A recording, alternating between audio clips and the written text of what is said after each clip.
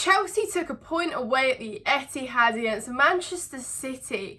A point, a positive performance, a result to be quite proud of.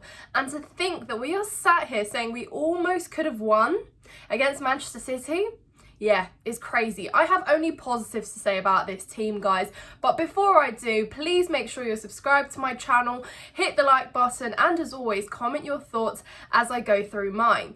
Now, guys, I expected absolutely nothing from this game. I predicted 3-1 to Man City. I gave Chelsea no chance in this one. But I said, you know what? If we go away and put in a shift against Manchester City, title contenders, treble winners Manchester City, who are again favourites to win the league, if we just put up a performance, then I will be happy. Take some pride into the cup final against Liverpool next week. That is all I asked for. But I got more. The expectations were exceeded. Therefore, who am I to say that we should have won this game? Honestly, every single one of these players can hold their heads high. Pochettino, great in-game management, and I'm not even complaining as much as others are about the substitutions, but we will talk about those too. Everything was just well calculated, positions were great, we set up well, we moved the ball well, and counter-attacking football. Where has this been all season? Where has this football been all season? But guys, a lot to be proud of. Honestly, absolutely amazing. Obviously, shout out to man of the match, Disasi, who absolutely rocked it in that centre-back role. I said I'm happy with him to start because he's probably the most physical centre-back we do have. Someone that can mark Haaland, someone that you can sort of trust to defend set pieces as well. But he did so much more than that. Very involved, playing the ball out the back quickly, efficiently, feeding it into midfield so that transitions could be quicker. We were great on the break as well. And guys, it was just so good. Like, don't get me wrong, I was biting my nails towards the last 20 minutes when Manchester City literally pressed us into our box and we were kind of backs up against the wall, but a lot changed. And the fact is that we got into the game quickly. You know, it took maybe 5 or so minutes and we were in the game. You know, we were very much controlling it. Man City obviously had possession, but we did more when we had the ball. You know, we were driving it forwards. It wasn't just static side-to-side football. Man City won't let you play like that, yeah? They will press, they will let you have the ball as well though, and that is exactly what they did. Gallagher up against Rodri. My God, you obviously saw how frustrated Rodri was because he celebrated his deflected goal like he scored the match winner. But he was so frustrated. Gallagher was, again, brilliant in that role, doing his job so well. Quick on the half turn as well, releasing the ball, always trying to play it forward as well, which I really liked. And yeah, on the most part, we were frustrating the opponent. Fullbacks, shout out to the fullbacks. Malo Gusto, wow. I mean, Doku basically was getting shut out every single time he tried to take Gusto on. Couple times, yeah, he succeeded, got through, but on the most part, Gusto was like, nope, not today, mate, not today.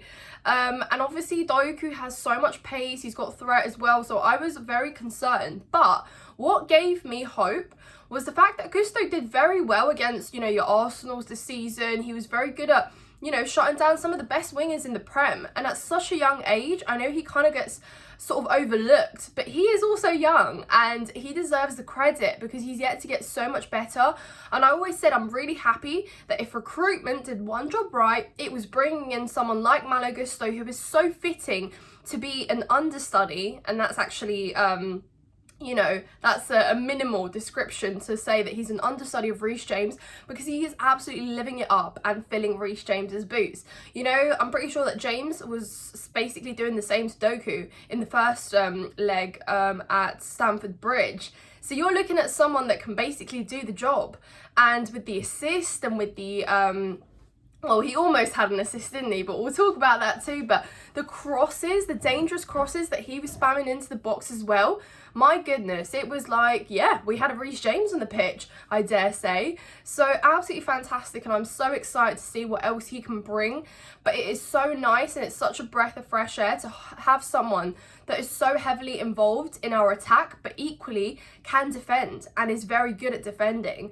So absolutely great. And then on the other side, Ben Chilwell, almost doing as good of a job. I thought at times he looked a little bit too slow. He did grow into the game, and he was on the most part doing a good job with Phil Foden. But then again, Foden towards like the last kind of 20 minutes was still being able to get some crosses off. But then again, that intensity just rose in those last 20 minutes. So on the most part, very good, guys. But that was one solid defence, very solid defence. And a lot of people will say, well, that's what you get when you drop a Thiago Silva.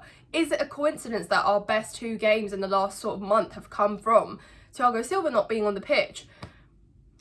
I'll leave that to you guys in the comments down below. Again, guys, though, let's talk about the front line, because I can't lie to you guys. I was fuming with Nicholas Jackson with that chance. You are a forward. You're supposed to be a striker, for the love of God. That is a chance on a silver plate. How much easier can it be? You saw early in the day what Darwin Núñez finished off, yet Jackson just couldn't do nothing with that. So I was absolutely screaming at the TV, because I was like, you never know you're going to get those chances against Manchester City. But, you know, we've seen in recent time, they do lead goals. They will give you chances, but you do have to capitalise on them. Otherwise, what else are you going to do? And he didn't. And I was like, you have just literally robbed Gusto of such a good assist. The build up to that was so perfect as well. Cole Palmer involved, you know, and if you look at from how deep or like how far back, it was basically what 2 passes from our defence into Nicholas Jackson. We are talking about quick counter-attacking football here, and that should have been the first chance that was buried, but it wasn't.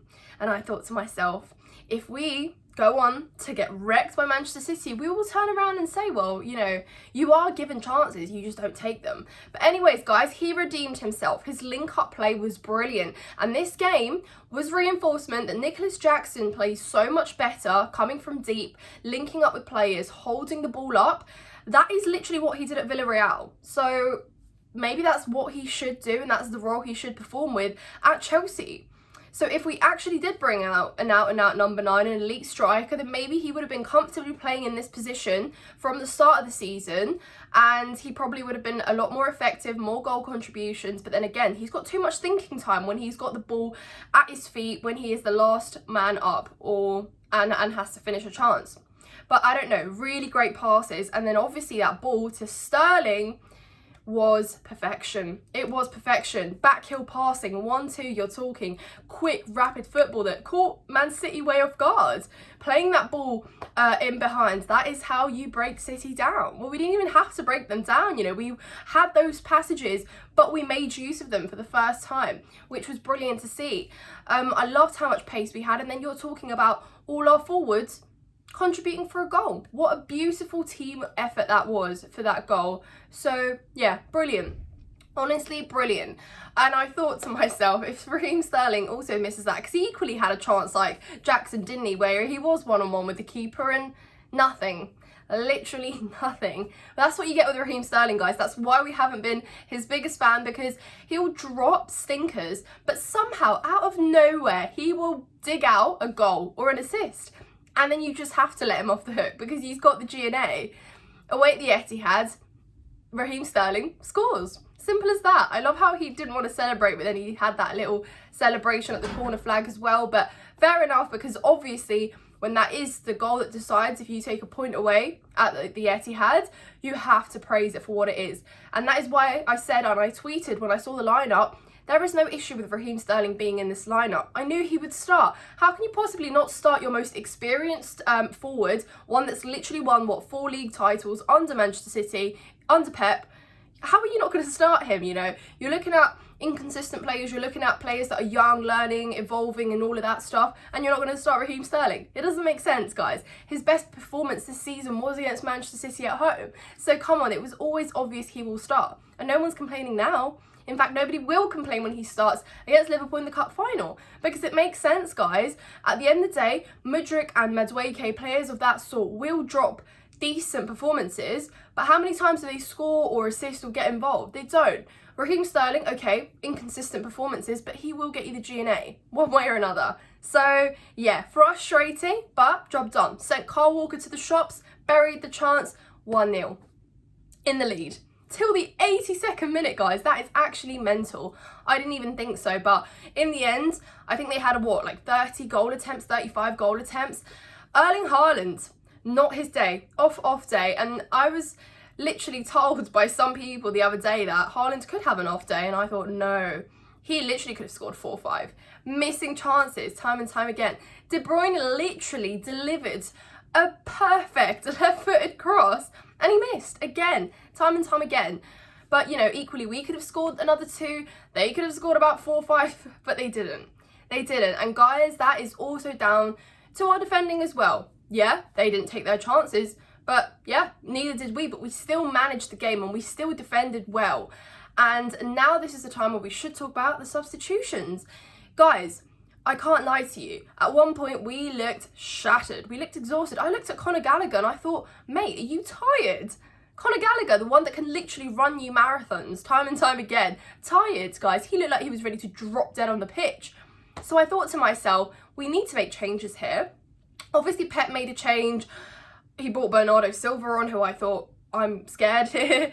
Poch brought in Kunku on, which was a good call. He needs some minutes before the cup final. Never would have been sensible for him to start in this game either. Really good call from Poch here, guys. Again, talking about game management, talking about good man management. Last thing you want is starting one of your best players against Manchester City and then losing him out and him not being available for the cup final next week. So very sensible there. And then after that, he thought, okay, I'm going to decide to play a little bit more defensive now. Bearing in mind, City had already started spamming crosses left, right and centre, trying to bully us in our own box. This was before the changes were made. So then obviously Poch thought, okay, let me bring a little bit more solidity into our back line. I know he brought on a player that we haven't seen in a Chelsea shirt in ages. But guys, what other options did we have on the bench? If anyone's complaining about subs, let me know, please. I want to know who you would have brought on. Who would you have brought on? Because Chalobah came on, okay, to provide a little bit more solidity in the back line. I get it. You can't really, it's risky to park the bus against Manchester City. In the 70th minute, we know that a 1-0 lead is just the most dangerous lead in the world. Of course, so easy to be levelled. But the point is that we needed to calm the game down a little bit. We needed some solidity in the back line. Obviously, that meant that we were no longer dangerous on a counter. We no longer could really get the ball out. We couldn't really do much with it. Again, like exhaustion, and Man City just really woke up in those last sort of 20 minutes. They were really eager to get that equaliser, and it was coming any moment now. I actually don't think that it was so bad to make the subs. Cassidy came on. Yeah, okay, I was like, well, what was the point of even recalling him back from Leicester?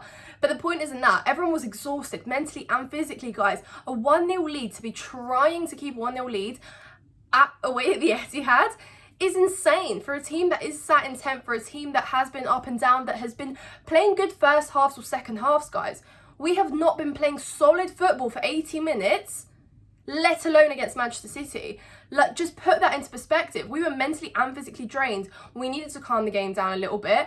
Changes had to be made. And frankly, yeah, okay, I would have argued that probably bringing in someone into midfield, maybe just to saturate midfield a little bit more as opposed to inviting more people in the box, that could have at least balanced things out, maybe helped us move the ball out a little bit and go for potentially another offensive threat. But there wasn't anyone, guys. Carney wasn't on the bench. Cassidy was the only option. Who else was there to come on? Were you going to bring on Mudryk or Madueke and invite more pressure so they could get exposed? I just don't think that was the right call to make. Frankly, Manchester City would have equalised with or without changes, yeah? Like, our intensity dropped, we sat back, and I'm absolutely okay with that. I, again, said, considering I was going to be happy with a good performance and losing to Man City, I take a point, guys. Proud of the team, proud of the performance, proud of Pochettino. Really good stuff to take into the cup final.